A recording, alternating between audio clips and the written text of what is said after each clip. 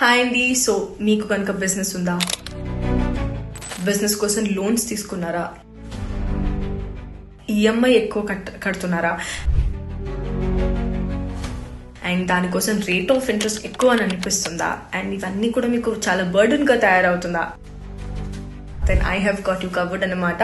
మీ existing loan ని కొత్త companies కి బ్యాలెన్స్ ట్రాన్స్ఫర్ చేస్తూ, రేట్ ఆఫ్ ఇంట్రెస్ట్ తగ్గిస్తూ, అమౌంట్స్ని పెంచుతూ, అలానే టెన్యూర్ని కూడా పెంచుతూ, సో ఈఎంఐ బర్డన్ని తగ్గించే ఒక సదుపాయం ఇదన్నమాట. సో మీకు ఎక్స్ట్రా పేమెంట్ ఎన్హాన్స్మెంట్ కూడా కావాలనుకుంటే వాళ్ళు చేస్తారనమాట. ఇంతకీ వాట్ ఇస్ దిస్ అంటే మీరు ఇమీడియట్గా కాంటాక్ట్ అవ్వాల్సింది IFLS ఫైనాన్షియల్ ప్రైవేట్ లిమిటెడ్ అండి. ఇదే అమేజింగ్ అనమాట.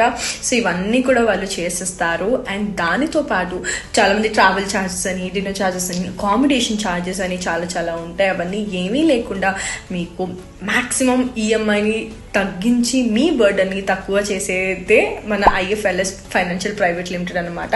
సో ఇంకెందుకు ఆలస్యం, ఇమీడియట్గా కింద నంబర్ స్క్రోల్ అవుతూ ఉంటుంది. ఇమీడియట్గా వాళ్ళకి కాంటాక్ట్ అయిపోయి అండ్ మీ ఈఎంఐ బర్డన్ని తగ్గించేసుకోండి.